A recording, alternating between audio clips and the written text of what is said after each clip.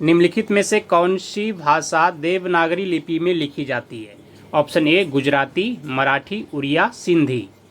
तो सही उत्तर हो जाएगा मराठी देवनागरी लिपि में लिखी जाती है। ऑप्शन बी इसका सही उत्तर हो जाएगा। अगला प्रश्न देख लेते हैं हम लोग कि निम्नलिखित में से कौन सी भाषा संस्कृत भाषा की अपभ्रंश है? ऑप्शन ए में खड़ी बोली, अवधी, ब्रजभाषा, पाली। निम्नलिखित में कौन सी भाषा संस्कृत भाषा की अपभ्रंश है? तो सही उत्तर हो जाएगा पाली। ऑप्शन डी इसका सही उत्तर है। अगला प्रश्न है कि निम्नलिखित में से कौन सी बोली अथवा भाषा हिंदी के अंतर्गत नहीं आती है?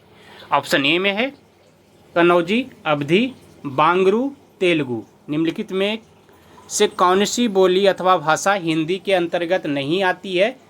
तो तेलुगु नहीं आती है। ऑप्शन डी सही हो जाएगा। अगला प्रश्न है हिंदी भाषा का जन्म कब हुआ?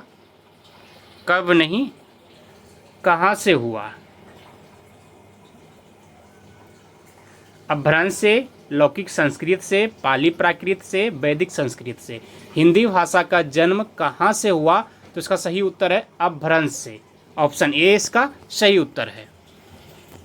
अगला प्रश्न है कि ब्रज भाषा है, ऑप्शन ए में है पूर्वी हिंदी, पश्चिमी हिंदी, बिहारी हिंदी, पहाड़ी हिंदी। ब्रज भाषा है पूर्वी हिंदी, पश्चिमी हिंदी, बिहारी हिंदी, पहाड़ी हिंदी। सही उत्तर हो जाएगा पश्चिमी हिंदी है। तो ऑप्शन बी इसका सही उत्तर है। अगला प्रश्न है संज्ञा के स्थान पर प्रयुक्त होने वाला शब्द को क्या कहते हैं? ऑप्शन ए में सर्वनाम, क्रिया, विशेषण, अव्यय। संज्ञा के स्थान पर प्रयुक्त होने वाला शब्द को क्या कहते हैं? तो सर्वनाम कहते हैं। ऑप्शन ए इसका सही उत्तर है। अगला प्रश्न है कि मुझे किस प्रकार का सर्वनाम है? ऑप्शन ए में उत्तम पुरुष, अन्य पुरुष, मध्यम पुरुष, इनमें से कोई नहीं। मुझे किस प्रकार का सर्वनाम है? तो सही उत्तर हो जाएगा उत्तम पुरुष। ऑप्शन ए इसका सही उत्तर है। अगला प्रश्न है सर्वनाम के कितने प्रकार हैं? ऑप्शन ए में है 4, 6, 5, 7। सर्वनाम के कितने प्रकार हैं? तो सही उत्तर हो जाएगा इसका 6। ऑप्शन बी इसका सही उत्तर है।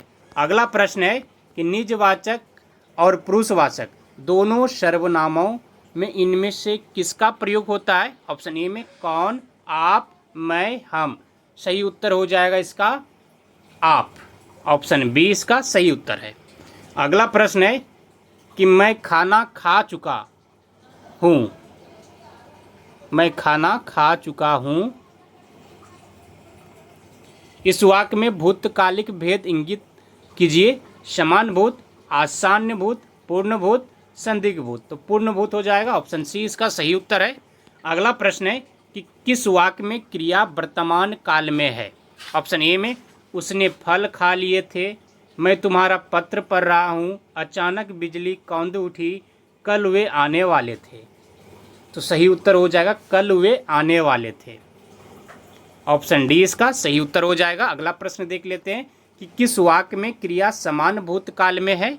ऑप्शन ए में उसने पुस्तक पढ़ी, उसने पुस्तक पढ़ी थी, उसने पुस्तक पढ़ी है, उसने पुस्तक पढ़ी होगी। किस वाक्य में क्रिया समान भूतकाल में है? तो सही उत्तर हो जाएगा इसका उसने पुस्तक पढ़ी। तो ऑप्शन ए इसका सही उत्तर है। अगला प्रश्न है कि समान वर्तमान काल का उदाहरण है। ऑप्शन ए में सीता बाजार जाती होगी, वर्षा हो रही थी, रमेश ने समाचार पत्र पढ़ा, वह कल काले काता लिखा है, कलकत्ता जाता, कोलकाता। समान वर्तमान काल का उदाहरण है। तो सही उत्तर इसका हो जाएगा वह कल कोलकाता जाता।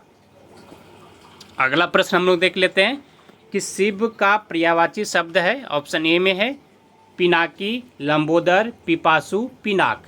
शिव का पर्यायवाची शब्द है पिनाकी। ऑप्शन ए इसका सही उत्तर है। अगला प्रश्न देख लेते हैं कि शेर का पर्यायवाची शब्द है। ऑप्शन ए में है चीता, केसरी, शावक, नृसिंह। शेर का पर्यायवाची शब्द है तो सही उत्तर हो जाएगा केसरी। ऑप्शन बी इसका सही उत्तर है। अगला प्रश्न देख लेते हैं हम लोग कि घाता का पर्यायवाची शब्द है। ऑप्शन ए में है विष्णु है, घा है, पक्ष है, हार है। घाता का पर्यायवाची शब्द है तो विष्णु है। ऑप्शन ए इसका सही उत्तर है। अगला प्रश्न देखते हैं हम लोग कि तनु का पर्यायवाची शब्द है। ऑप्शन ए में शरीर, चंद्रमा, झील, खटिया। तनु का पर्यायवाची शब्द क्या है? तो शरीर है। ऑप्शन ए इसका सही उत्तर है। अगला प्रश्न है कि पावक का पर्यायवाची शब्द है, ऑप्शन ए में है पावक का पर्यायवाची शब्द है, ऑप्शन ए में अंगारा, हुतासन, लपट, ज्वाला। तो पावक का पर्यायवाची शब्द हुतासन है। ऑप्शन बी इसका सही।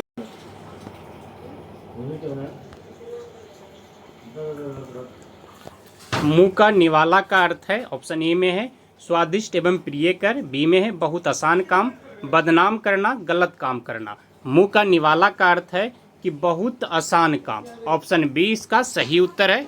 अगला प्रश्न हम लोग देखते हैं कि जितेंद्रिय में कौन सा समास है? ऑप्शन ए में द्वंद है, तत्पुरुष है, बहुव्रीहि है, कर्मधारय है।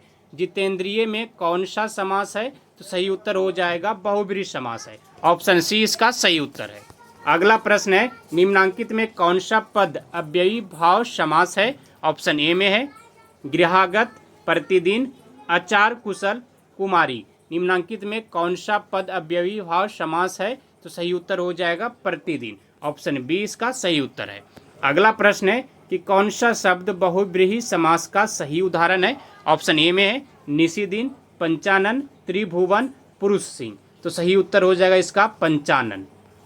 ऑप्शन बी इसका सही उत्तर है। अगला प्रश्न है कि विशेषण और विशेष के योग से कौन सा समास बनता है? ऑप्शन ए में द्विगु है, कर्मधारय है, द्वंद है, तत्पुरुष है।